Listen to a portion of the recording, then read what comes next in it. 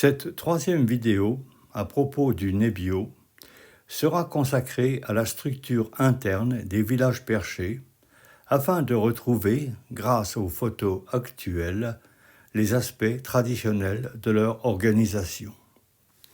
Vus dans leur globalité, les villages perchés du Nebbio présentent un aspect uniforme. Ils se composent de hautes maisons évoquant des tours. Vues en contrebas, les maisons paraissent serrées les unes contre les autres. En fait, elles sont construites en dénivellation, les unes par rapport aux autres, sur les assises rocheuses, assez stables et résistantes pour supporter le poids de la construction. Cette première maison a été photographiée à Oleta. Vue dans son ensemble, elle paraît à la fois robuste, austère et défensive. Elle est agrippée à un versant pentu, utilisé en tant que ruelle. Cette maison est construite avec le schiste lustré, trouvé sur place. Ce type de roche donne des blocs irréguliers que l'on assemble en comblant les intervalles au moyen de petites pierres unies par du mortier.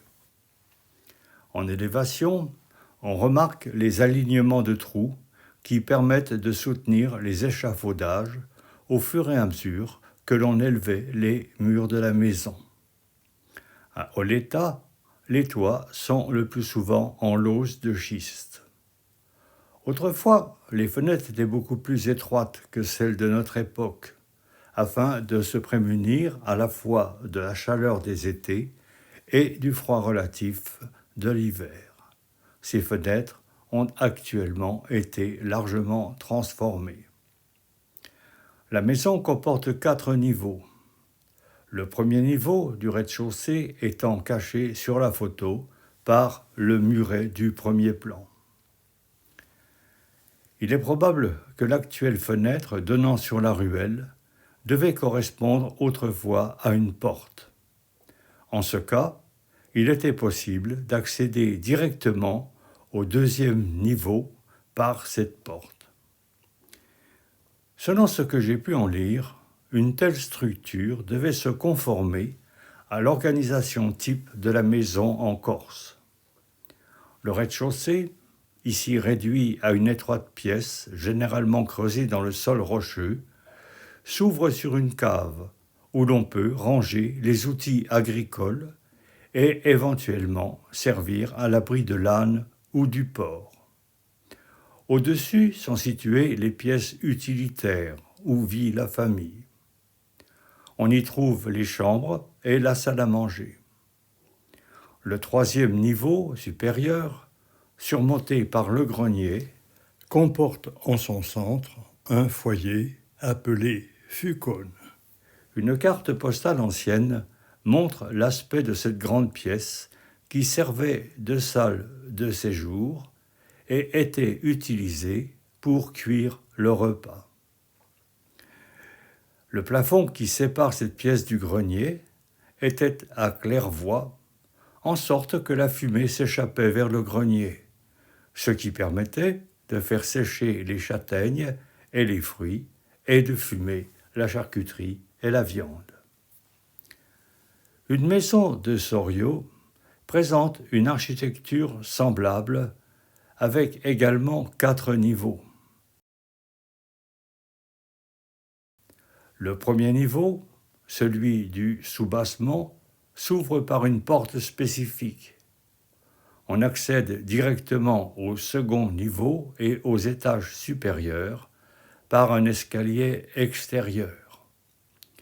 Une partie de cet escalier a été démolie, mais il est probable que l'aspect de la maison devait ressembler à celui que l'on trouve sur une ancienne carte postale avec un porche construit en avancée des caves permettant de créer une balustrade desservant la porte d'entrée.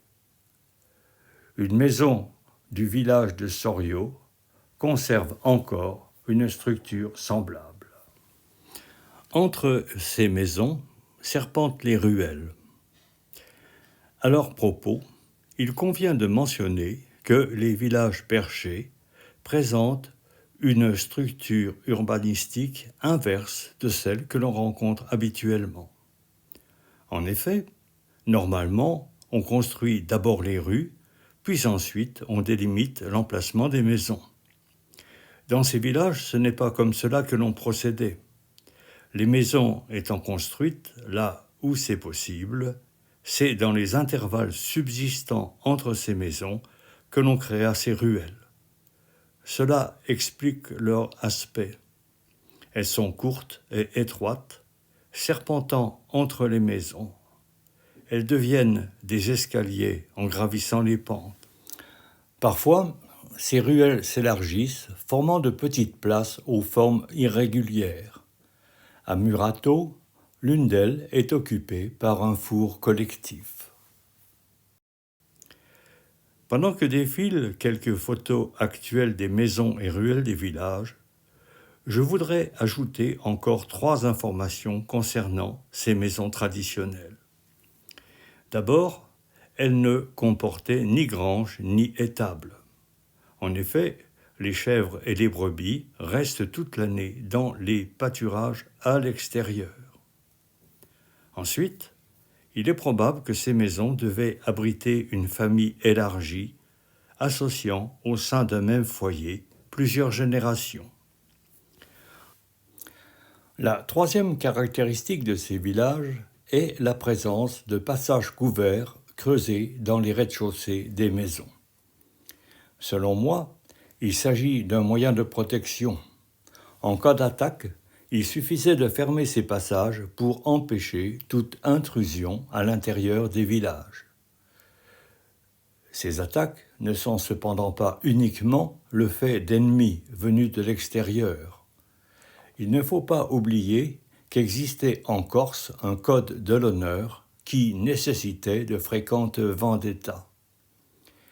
À cet égard, rappelons ce qu'en disait Antoine-Claude Valéry dans son voyage en Corse datant de 1839. La vendetta n'est ni un aveugle besoin de tuer, ni une barbare satisfaction, mais l'accomplissement pénible d'un devoir regardé comme sacré et presque d'une loi. Quittons maintenant le village de Sorio pour nous diriger vers les hauteurs dominant la cité, à la recherche des traces de l'élevage traditionnel transhumant. En montant, dominant directement le village, on trouve d'abord quelques vergers, soigneusement entretenus et encore verdoyants en ce mois de mai. Puis, on accède à un vaste espace dégagé où se trouve une chapelle dédiée à saint Antoine l'Ermite. Tout autour de la chapelle, des constructions de pierre, de schiste lustré, ont été bâties le long du chemin. Ils alternent avec des enclos de pierres sèches.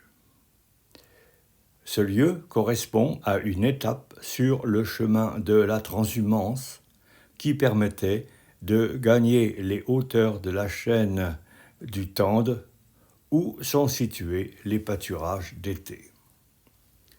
Un peu plus loin, à l'écart de la chapelle, s'élève un abri, probablement utilisé par un berger, assorti d'un enclos fermé.